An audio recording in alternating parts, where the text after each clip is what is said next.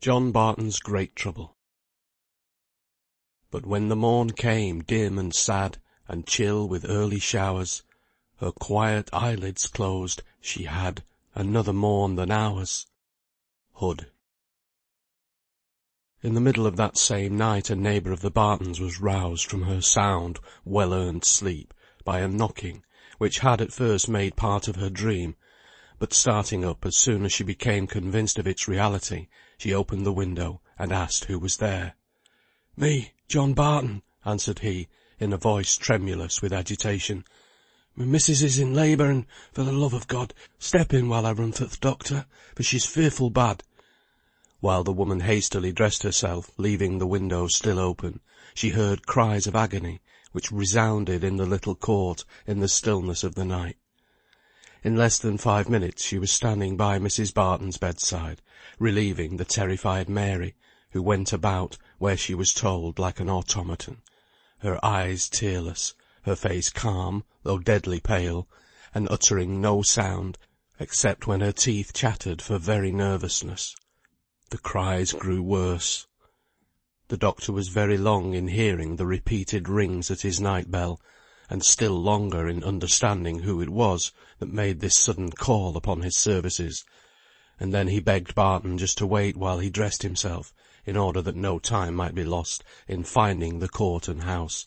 Barton absolutely stamped with impatience outside the doctor's door before he came down, and walked so fast homewards that the medical man several times asked him to go slower.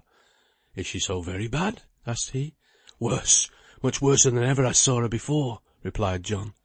No, she was not. She was at peace. The cries were still for ever. John had no time for listening. He opened the latched door, stayed not to light a candle for the mere ceremony of showing his companion up the stairs, so well known to himself, but in 2 minutes was in the room where lay the dead wife, whom he had loved with all the power of his strong heart.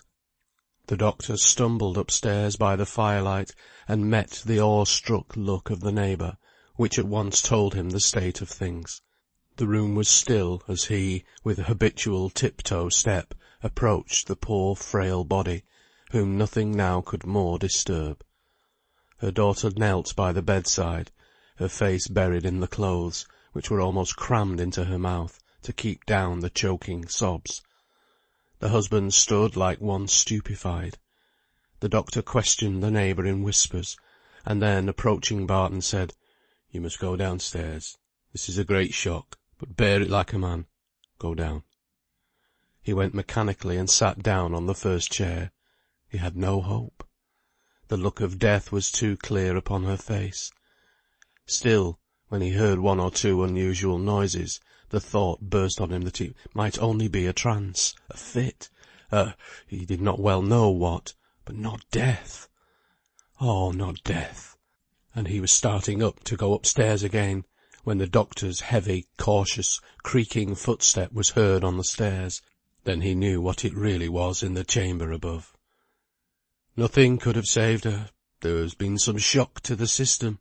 And so he went on, but to unheeding ears, which yet retained his words to ponder on, words not for immediate use in conveying sense, but to be laid by, in the storehouse of memory, for a more convenient season. The doctor, seeing the state of the case, grieved for the man, and, very sleepy, thought it best to go, and accordingly wished him good night. But there was no answer, so he let himself out, and Barton sat on like a stock or a stone, so rigid, so still. He heard the sounds above too, and knew what they meant. He heard the stiff, unseasoned drawer in which his wife kept her clothes pulled open. He saw the neighbour come down, and blunder about in search of soap and water. He knew well what she wanted, and why she wanted them, but he did not speak, nor offer to help. At last she went, with some kindly meant words, a text of comfort which fell upon a deafened ear, and something about Mary, but which Mary, in his bewildered state, he could not tell. He tried to realise it, to think it possible, and then his mind wandered off to other days, two far different times. He thought of their courtship, of his first seeing her, an awkward, beautiful rustic, far too shiftless for the delicate factory work to which she was apprenticed, of his first gift to her, a bead necklace which had long ago been put by in one of the deep drawers of the dresser to be kept for Mary. He wondered if it was there yet, and with a strange curiosity he got up to feel for it, for the fire by this time was well nigh out, and candle he had none. His groping hand fell on the piled-up tea-things, which at his desire she had left unwashed till morning. They were all so tired. He was reminded of one of the daily little actions which acquire such power when they have been performed for the last time by one we love. He began to think over his wife's daily round of duties, and something in the remembrance that these would never more be done by her touched the source of tears, and he cried aloud. Poor Mary, meanwhile, had mechanically helped the neighbour in all the last attentions to the dead, and when she was kissed, and spoken to soothingly, tears stole quietly down her cheeks, but she reserved the luxury of a full burst of grief till she should be alone. She shut the chamber door softly, after the neighbour had gone, and then shook the bed by which she knelt, with her agony of sorrow. She repeated over and over again the same words, the same vain, unanswered address to her who was no more. "Oh, mother, mother, are you really dead? Oh, mother, mother!" At last she stopped, because it flashed across her mind that her violence of grief might disturb her father. All was still below. She looked on the face so changed, and yet so strangely like. She bent down to kiss it. The cold, unyielding flesh struck a shudder to her heart, and, hastily obeying her impulse, she grasped the candle and opened the door. Then she heard the sobs of her father's grief, and quickly, quietly, stealing down the steps, she knelt by him and kissed his hand. He took no notice at first, for his burst of grief would not be controlled. But when her shriller sobs, her terrified cries, which she could not repress, rose upon his ear, he checked himself. "Child, we must be all to one another, now she is gone," whispered he. "Oh, father, what can I do for you? Do tell me. I'll do anything." "I know thou wilt. Thou must not fret thyself ill, that's the first thing I ask. Thou must leave me, and go to bed now, like a good girl as thou art." "Leave you, father? Oh, don't say so." "Ay, but thou must. Thou must go to bed, and try and sleep. Thou'lt have enough to do and to bear, poor wench, to-morrow." Mary got up, kissed her father, and sadly went upstairs to the little closet where she slept. She thought it was of no use undressing, for that she could never, never sleep, so threw herself on her bed in her clothes, and before 10 minutes had passed away, the passionate grief of youth had subsided into sleep. Barton had been roused by his daughter's entrance, both from his stupor and from his uncontrollable sorrow. He could think on what was to be done, could plan for the funeral, could calculate the necessity of soon returning to his work, as the extravagance of the past night would leave them short of money, if he long remained away from the mill. He was in a club, so that money was provided for the burial. These things settled in his own mind, he recalled the doctor's words, and bitterly thought of the shock his poor wife had so recently had, in the mysterious disappearance of her cherished sister. His feelings towards Esther almost amounted to curses. It was she who had brought on all this sorrow. Her giddiness, her lightness of conduct, had wrought this woe. His previous thoughts about her had been tinged with wonder and pity, but now he hardened his heart against her for ever. One of the good influences over John Barton's life had departed that night. One of the ties which bound him down to the gentle humanities of earth was loosened, and henceforth the neighbours all remarked he was a changed man. His gloom, and his sternness became habitual instead of occasional. He was more obstinate, but never to Mary. Between the father and the daughter there existed in full force that mysterious bond which unites those who have been loved by one who is now dead and gone. While he was harsh and silent to others, he humoured Mary with tender love. She had more of her own way than is common in any rank with girls of her age. Part of this was the necessity of the case, for of course all the money went through her hands, and the household arrangements were guided by her will and pleasure. But part was her father's indulgence, for he left her, with full trust in her unusual sense and spirit, to choose her own associates, and her own times for seeing them. With all this, Mary had not her father's confidence in the matters which now began to occupy him, heart and soul.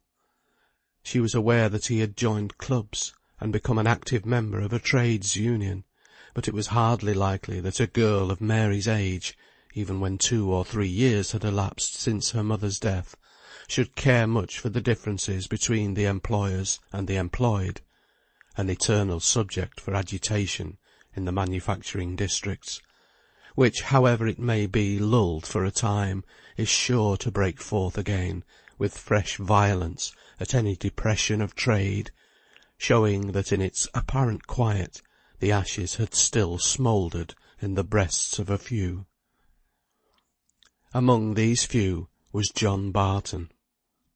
At all times it is a bewildering thing to the poor weaver to see his employer removing from house to house, each one grander than the last, till he ends in building one more magnificent than all, or withdraws his money from the concern, or sells his mill to buy an estate in the country, while all the time the weaver, who thinks he and his fellows are the real makers of this wealth, is struggling on for bread for their children, through the vicissitudes of lowered wages, short hours, fewer hands employed, etc.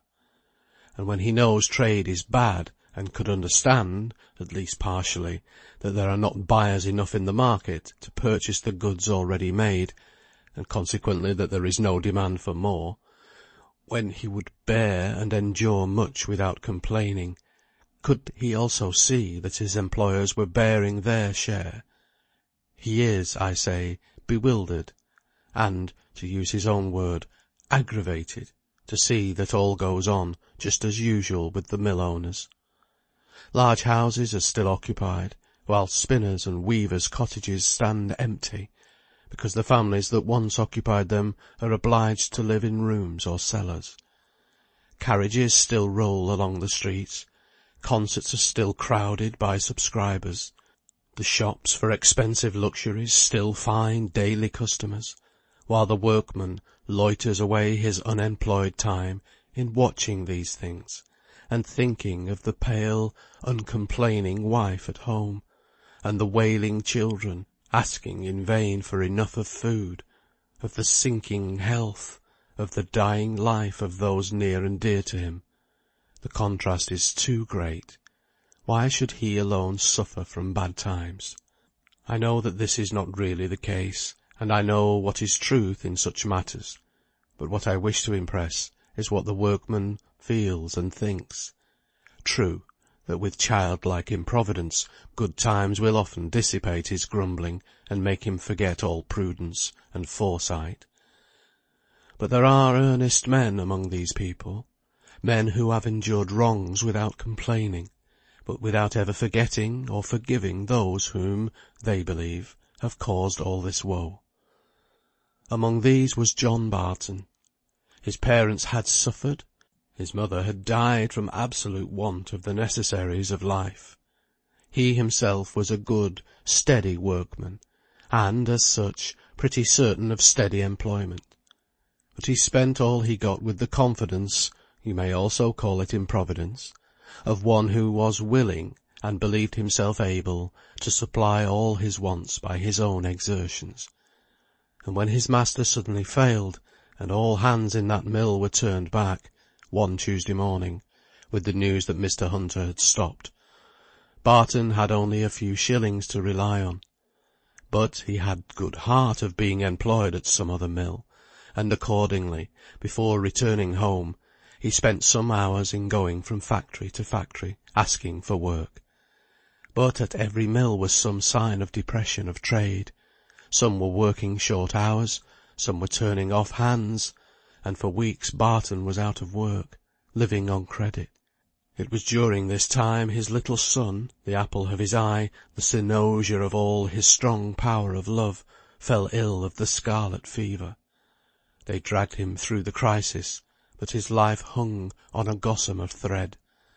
Everything, the doctor said, depended on good nourishment, on generous living, to keep up the little fellow's strength in the prostration in which the fever had left him.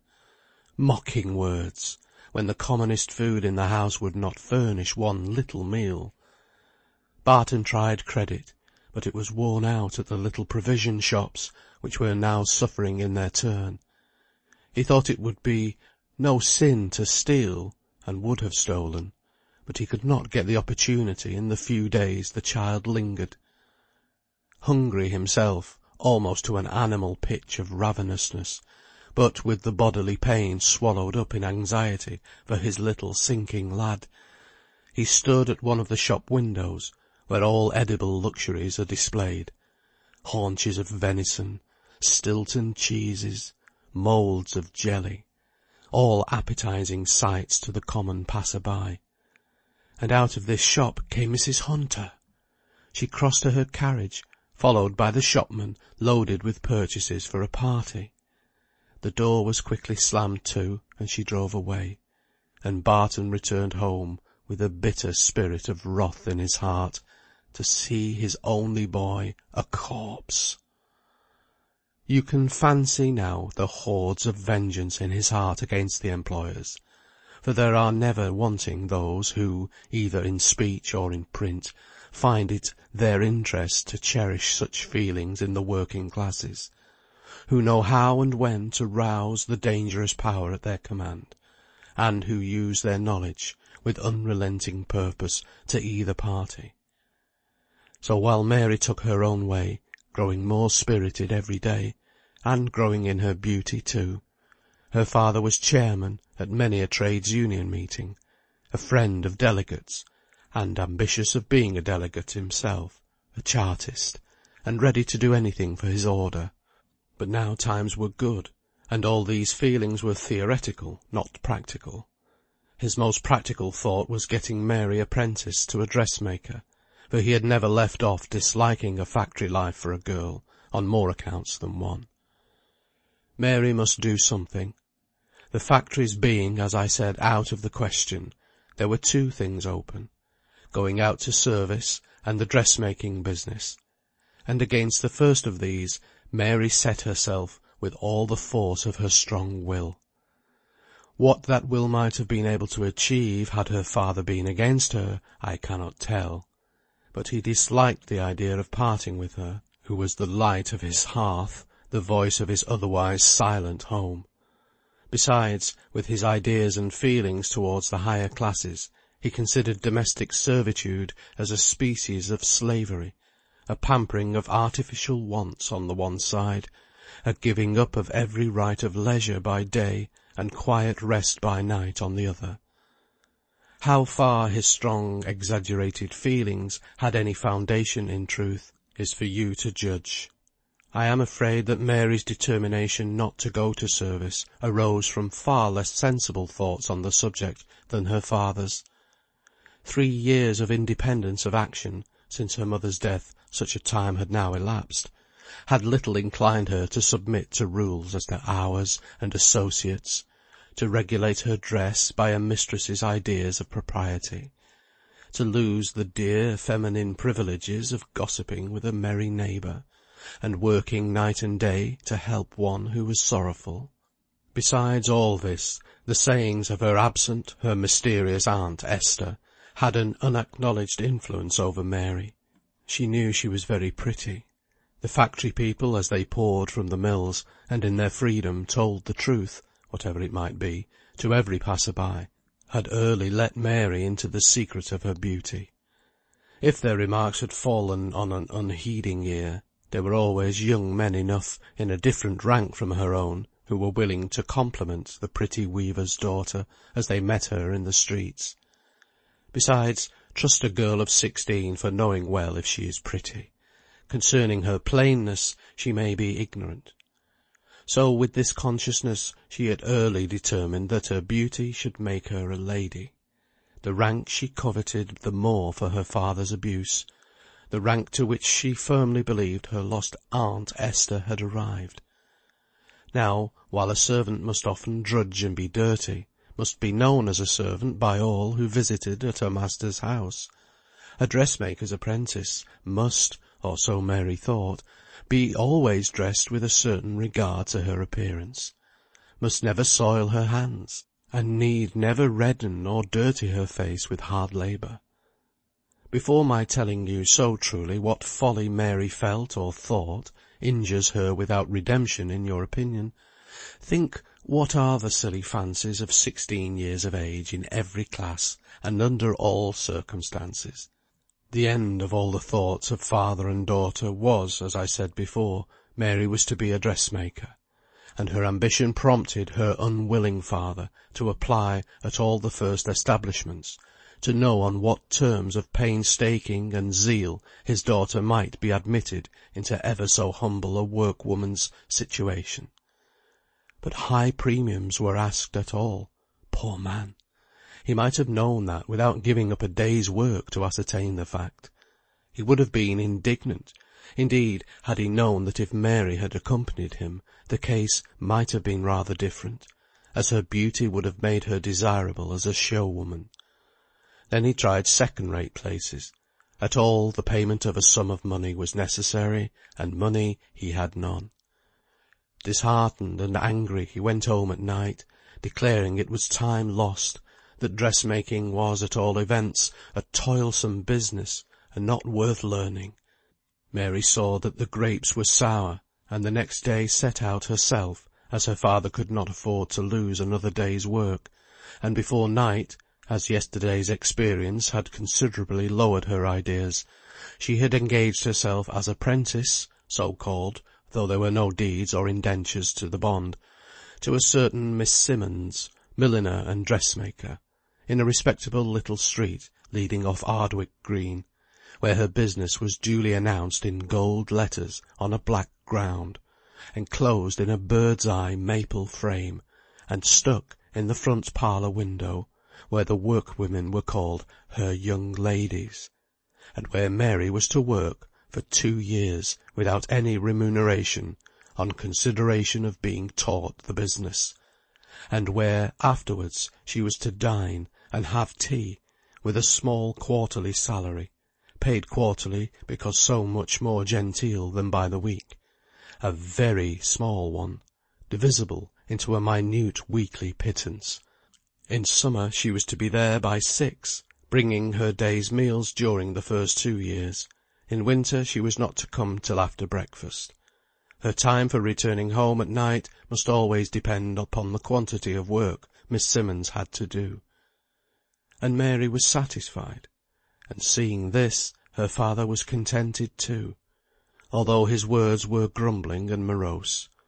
But Mary knew his ways, and coaxed and planned for the future so cheerily that both went to bed with easy, if not happy, hearts. End of chapter 3. Read by Tony Foster.